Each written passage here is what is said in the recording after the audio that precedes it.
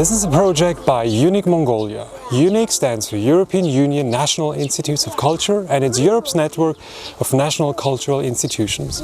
For this project, we brought 4 European artists and 4 Mongolian artists together here in Tsagandelger in Dontkov province in Mongolia. We are really happy to support this for the second time, this Nomad Spirit project. Европын холбооноос жил бүр тодорхой сэдвээр дэлхийн улс орнуудад Европын холбооны институтүүдтэй хамтраад төслүүд хэрэгждэг байгаа. Тэгээ энэ бол бидний хувьд одоо 2 дахь төсөл болоод байгаа юм. We're around about 250 kilometers south of Ulaanbaatar in a place, the Middle Gobi, where we can see climate change happening. So we brought those artists all together here to develop different perspectives on this greater topic of climate change. Climate change is an important issue here in Mongolia, and next year there will be the COP17 about desertification.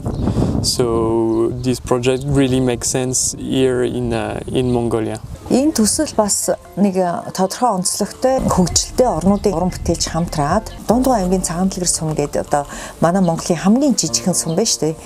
Хүн ам нь одоо талан нүгээд хот руу хот суурин газар руу нүүчихсэн юм жижигхэн суманд ирж одоо бид нар ажиллаж байгаа юм. Яагаад онцлог гэж би харж байна вэ гэхээр ер нь энэ хөгжсөн орнууд юм шал өөр нөхцөлд ирээд ялангуяа манай уламж давхар амьдралыг хараад ер нь юу гэж бодож явах юм. Өөрсдийн амьдралыг одоо зэрэгцүүлж бодоод одоо юу гэж бодож явах юм. Одоо давуу тал юу вэ, сул тал юу вэ? Манай уран бүтээлчд болоод мөн одоо энэ сургалтанд оролцож байгаа хүүхдүүд, энд бас ажиллаж байгаа хүмүүс бас энэ хүмүүстэй уулзаж ярилцаад сургалтанд нь оролцоод бас одоо юу олж мэдж явах юм те. I was expecting to lose myself in this landscape, in this wilderness, in this open land.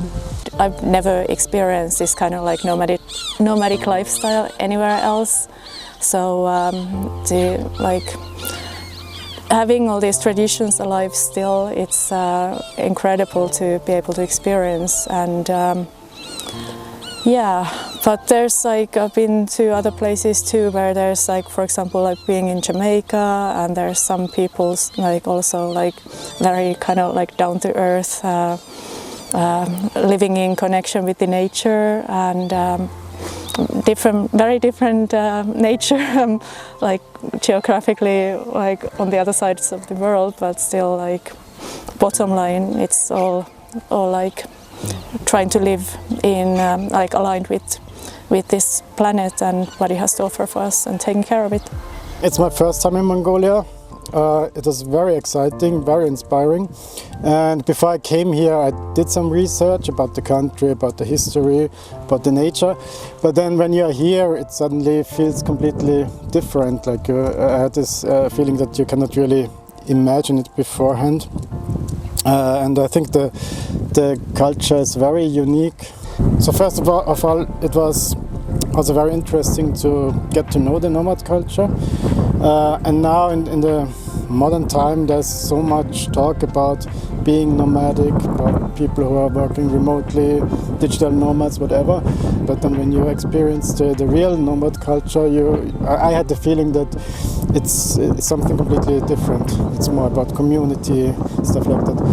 It's my first time being in Mongolia, of course, and I really like this group. It's very diverse and it's very open, and it makes me think while the world is not in a way like this group, and together with the heat, the people and the wind, I really feel that there's something strong going on. Би бол 5 настайдаа Канада улс руу гэр бүлтэйгээ амьдрахаар явсан. Тэгээд мэдээж яг ингээд ирж очиод те Монголоо яавал манай бүх гэр бүл энд байдаг байсан. Одоо ч гэсэн байдаг. Ерөнхийдөө би энэ хөтөлбөрөөс маш их юм суралцах юм байна гэж би бодож исэн.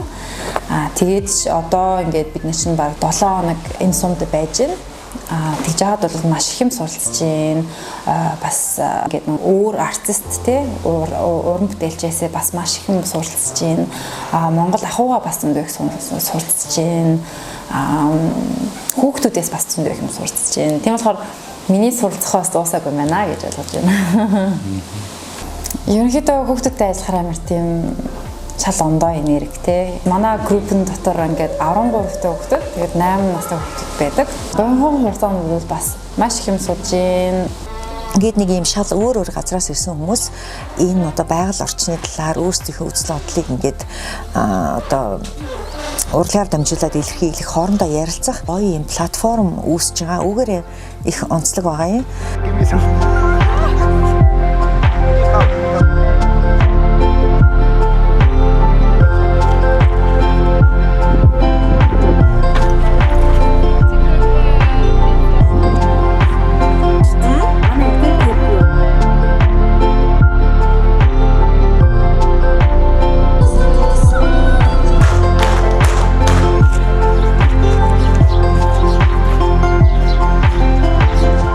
The first day we arrived, I went around in the village looking for material, what I could find. First, what I saw was this cart, and I realized that many people are using this kind of cart, and the cart is moving. And for me, it's connected with nomadism, because you keep moving, and it can be a chariot. And my idea was to create a face, as I'm quite a specialist in faces now. More than 20 years, I'm building faces all around the world. I like this idea not to create a static face, but to create a face on this cart that can move, and that inviting the people to make it move also. So every time it will have a different surrounding and it will belong to them in a way. It will have its own life. I like painting flowers for many reasons. There's so much symbolism, and it's like, of course, everyone can interpret it their own way. Well, they are just stunningly beautiful, and here I wanted to pick up local flowers. These are local flowers, and they are they are not all in proportion. I want to bring these dynamics, and some of them are teeny tiny, and then I love the idea of plastering them on this massive wall, and also reminds us to stop to appreciate the beauty of life and take care of nature. I'm doing stop motion work with a huge puppet that is 2 meters tall. So because of the stop motion work, I have to make lots of pictures. But my character this time is made from wood, and the joints are connected with screws and nuts so that they're able to move. And it's covered with sheep wool that I found next to here.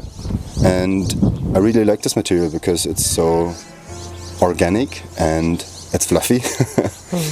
And it's doing its own thing. So as soon as the wind comes, it has its own movement, and it's a very good smell. I heard about that this summer is even more hotter and drier than the summers before, and I think it's a direct impact of the climate change. And so my character is actually looking for water to watering a plant because the soil is so dry. Яг энэ хөтөлбөртэй бол яг хүүхдийн сургалтын талаар орсон. Тэгээд сургалтаа ихтэй бол ийм даун дээр хвчлэн зурхыг заасан. Тэгээд хүүхдүүдэд одоо тим юм за, ийм юм за гэхээсээ илүүтэйгээр хүүхдүүд нөгөө нэг өөрсдийнхөө одоо сэтгэж бодож байгаа, төсөөлөн бодож байгаа яг тэр нөгөө сэтгэлгээг хөгжүүлэх зорилгоор илүү төлхөө яг энэ сургалтандаа олорсон. Тэгээд уран бүтээлчний хувьд бол яг хөөхлөр яг энэ байгаль орчны талаарх санаа одоо байгаль орчинд юу тохиолдоод байгаа гэдэг тэр мессежийг олон нийтэд хүргэж, уран бүтээлээ төрүүлж олон нийтэд бас дэлгэх нь илүү чухал байсан.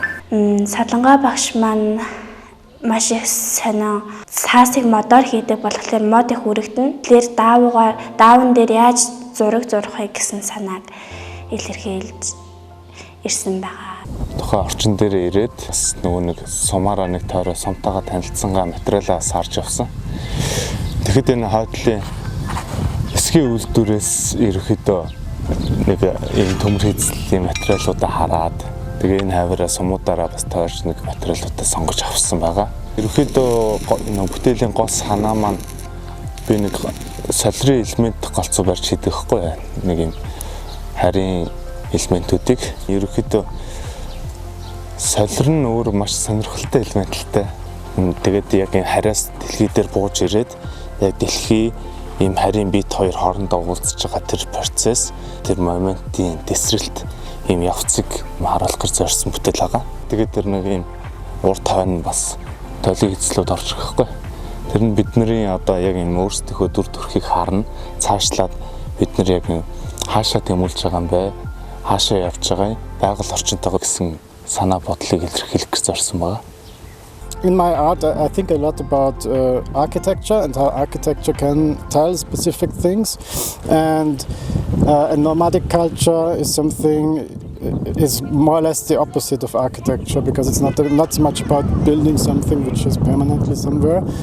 It's another way of thinking. And when I arrived here, I had a lot of conversations with people, and it seemed to be like the situation of Mongolia between China and Russia seems to be a big topic for everyone. So there's always this feeling of being in between something, in between two superpowers, in between two neighbors, in between two totally different cultures. And then I was very interested in this feeling of being in between. So that's why I came up with these walls, because there is some kind of volume and you as a viewer can be in between. But then I thought it's also talking about the global situation where everything is transforming and shifting and power dynamics are changing. So I think the whole world has this feeling of being in between somewhere. So I think the Mongolia as a model can speak about all of us. And then I had this idea to use local materials like the felt, which is being used for the gear, and wood that I found here. And then now I place it here in the open steppe, in this open empty landscape, which is kind of a contradiction between the openness and the narrowness of my corridor. And plus there's nature everywhere, which in the end, as this work is meant to be temporary, so in the end it will be destroyed by nature. May it be the weather, may it be cows, but in the end nature will win. So nature or the Mongolian earth in the end will win the fight. So the objective of the program is to raise awareness about climate change. So all the creation, the artwork are linked with the climate change. Төслийн маань бас гол агуулгач ерөөдөө цөлжилт, уур амьсгалын өөрчлөлттэй хэрхэн дасан зохицож амьдрах вэ гэх юм да тий. Тэр агуулгыг барьж байгаа учраас хамгийн одоо уур амьсгалын өөрчлөлтөнд өртөхгүй байх бидний боломжийг нээж өгж байгаа зүйл чинь ерөөсөө ус тийм ээ. Усал байх юм бол газар шороо энэ үжил шимэн бол хангалттай байгаа. Тэгээд энэ худгаас гарч байгаа энэ усаа нандинаж зөв сайхан цэврээр нь хайрлж нандинаж ашиглаасаа тий. Ус гэдэг бол бурхан юм а гэсэн тийм гол концепцийг л энэ дээр гаргая гэж хичээж байгаа. Тэгээд бидний сэтгэлд байдаг тэр нанди юм чи одоо юу гэдэг ямар нэг юм болохоо байлаа гэхлээ бурхан минь одоо туслаач гэх юм те. Бурхан минь өршөөгөөрэй гэж ярьдаг. Тэрэн шиг усаа нандин чайрлнаа гэдэг чи одоо тэр бурханыхаа өршөөлийг хүртээд ашиглаад хэрэглээд амьдралынхаа сайхан тэнцвэрийг хадгалаад уур амьсгалын ямар нэгэн өөрчлөлтийг даван туулаад эндээ аятай тухтай сайхан амьдрах л одоо үүд юм а гэсэн агуулгаар энэ бүтээлээ хийж явж байна да. Тэгээд ерөнхийдөө бидний хийж байгаа бүтээл нь болохоор хогийн асуудалтай тийм бүтээл. Тэгээд байгалыгаа хайрлах, байгалыгаа сонсох, байгальтайгаа ойр байх тийм бүтээл байгаа. Миний одоо ингээ уриалж байгаа үзэл бодол нь болохоор ингээд энэ ахуй маань бас ингээд бид нарыг ингэж юм хогон дунд амьдруулж шүү. Тэ хог маань бас ингэж нэг юу ингээд контрол чадахгүйгээр томорж ийн тэ. Тийм болохоор энэ хогийн тийм юм ахуйгаа бас жоохон жижигэн болгоё ч юм уу тэ. Тэгээд байгаль руугаа бас илүү коннект тэ. Ингээд байгаль руугаа босч явъя гэсэн тийм уриал та. Мишель багшийн ингээд бүжийнхэн санаа нь маш гоё санаасаа. Одоо жишээлбэл ингээд ийм сайхан уудам тал гоё байгальтай мөртлөө дээр нь хог хаягдл хаяад байвал ямар болох вэ гэсэн санаатай болохоор надад маш гоё санагцсан. You know, with garbage you can do a beautiful thing. And I like the idea of it. Using what is left and turning it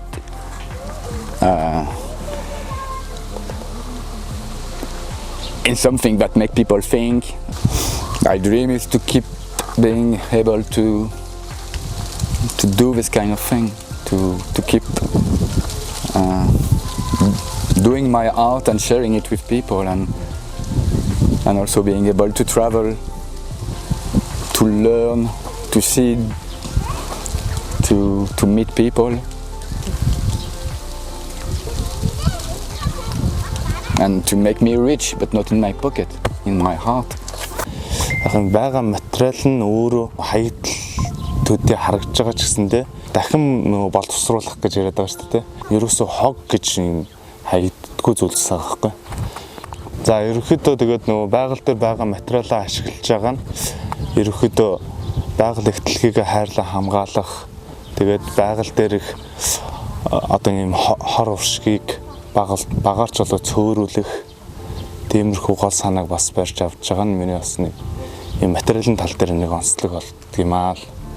I think we have to change so many things in our way of living today.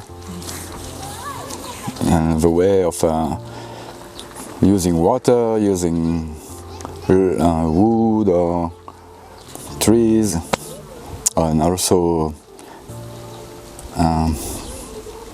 maybe being very careful about the garbage we are doing and the plastic thing. Everybody has to make a small effort. If everybody make a small effort, maybe it will help our planet. Яг урлагийн үр өгөөжлөл маш удаан хугацаанд бол гардаг. Тэрний яадаг гэхээр энэ хүний хувь хүний хөгжилтэй шууд холбоотой учраас яг энэ хувь хүний хөгжил гэдэг бол маш одоо хийсвэр юм шиг мөртлөө бас яг бодит амьдрал дээр бол бас айгүй бодиттой ингэж явдаг юм том зүйл байгаа. Тэгээ хүүхдүүдэд одоо ингэж сурснараа ач холбогдол юм бол энэ хүүхдүүдийн ирээдүйд бол одоо шилэл зураач болох албатай биш үү? Гэхдээ урлагтай харьцаж өөрийгөө таньж мэдэх нь илүү чухал. Энэ төсөл бол надад үнэхээр таалагдсан. Ингээд хог хаягдлгүй ингээд дэлхийгээд иймэрхүү сэдвэр багш нар маань ингээд биднэрт бүжиг зааж тэгээд ерөөхдөө бол даавн дээр яаж ингээд зураг зурхыг яаж анхаарлаа төвлөрүүлэхийг сурсан. Багш нар маань бол биднэрт гоё эдлэг хандаж биднийг дандаа ингээд дэмжиж тэгээд ерөөхдөө бол шинэлэг үеийн ингээд бүжиг зураг мураг зурулж исэн. Тэгээд багш нартай баярлаа гэж хэлмээр. Мишель багш, зургийн багш, солонгой багш маань маш гоё санагдсан. Тийм өөрийнхөө шудраг тэгээд бас сайхан сэтгэлтэй гэж санагдсан. Тэгээд анимашн бас их сонирхолтой санагдсан. Ирээдүйд бас түүнийг бас хийж үзье гэжсэн бодол надад төрсөн. За миний нүрийг ингээд шавар дээр дараад маш их сонирхолтой санагдсан. Том болоод бас хийж үзвэл бас амархан юм шиг санагдсан. Мишель багш Канадаас ирээд биднэрт ингээд чөлөөт бүжиг заасан би маш их баяртай байгаа. Өөрийгөө илэрхийлж сурсан, өөртөө итгэлтэй байхыг сурсан. Тэгээд мөн өөр нэгэн бүжгийн төрөл байдаг гэдгийг мэдэж авсан. Маш олон төрлийн урлаг байдаг гэдгийг бас ойлгосон. Тэгээд гадаадаас ирсэн багш нарт баярлалаа. Мишель багш тууштай үнэнч зэрэгтэй санагдсан. Тэгээс хаасан Канадаас бид нарт бүжиг заах гэж ирсэн шинэлэг орчин үеийн бүжиг заасан. Тэнд нь би маш их баярлж байна. Улаанбаатар хотод бол одоо хүүхдийн сургалт төвчлөлтөөр бас маш олон одоо тэр дургуулсан секц байдаг. Яг одоо юм хөдөө орон нутагт очоод дээрээс нь бас юм сумдын сургууль манай багчууд хүүхдүүдэд манай уран зургийн юм сургалтууд бол маш бага ордог юм байна гэж би бол мэдэж авсан. Тэгээд тэр ч утгаараа яг энэ хөтөлбөр маань ингээд одоо аймаг сумруугаа зориод тэгээд яг хүрч чадахгүй байгаа тэр нэг зорилтод одоо хүмүүс рүү чиглэсэн юм мундаг хөтөлбөр байсан. When I look at the kids that joining my workshops or helping me to create this character, I can see very clearly the impact of this program, which brings national and international artists together to the countryside, where there are people who wants to experience also something else. За манай суманд нүүдэлчин ухаан төсөл одоо амжилттай хэрэгжиж одоо contemporary урлагийн төрлөөр бүтээл хийх, зургийн, бүжгийн ийм одоо сонирхолтой сургалтууд явагдах, өөрийгөө илэрхийлэх чадвар дээр суралцсан ийм амжилттай 2-7 хоногийг одоо бид нар өнгөрүүллээ. Уран бүтээлчд маань дэлхийн дулаар цаг агаарын өөрчлөлт эдгээрийн одоо улмаас байгалийн ихтлийн маань ямар одоо байдалтай байна. Үүнийгээ бид хэрхэн эргэн сэргээх вэ гэдэг ийм мессежийг хүүхдэд өгсөн сургалтууд явагдлаа. Тэгээд хүүхдүүд маань бас сургалтанд хамрагдахаас гадна бүтээл хийж байгаа хүмүүстэй ярилцаж, англи хэлний мэдлэгээ дэвшлүүлж, тэдэнтэй харилцах, одоо улс үндэстнүүдийн ёс заншлаас суралцах гээд их сонирхолтой ийм цаг үеийг өнгөрүүлсэн. За хүүхдүүд маань бас анимашн хийх гэх мэтлэнгээр одоо зөндөө олон янзын сонин содон шинэлэг ийм зүйлсийг хийж сурлаа. Одоогийн хүүхдүүдийн хувьд бол маш их оюуны том хөрөнгө оруулалт боллоо. Тэгээд нийт төслийн үйл ажиллагаанд оролцсон уран бүтээлчдтэй маш их баярлалаа.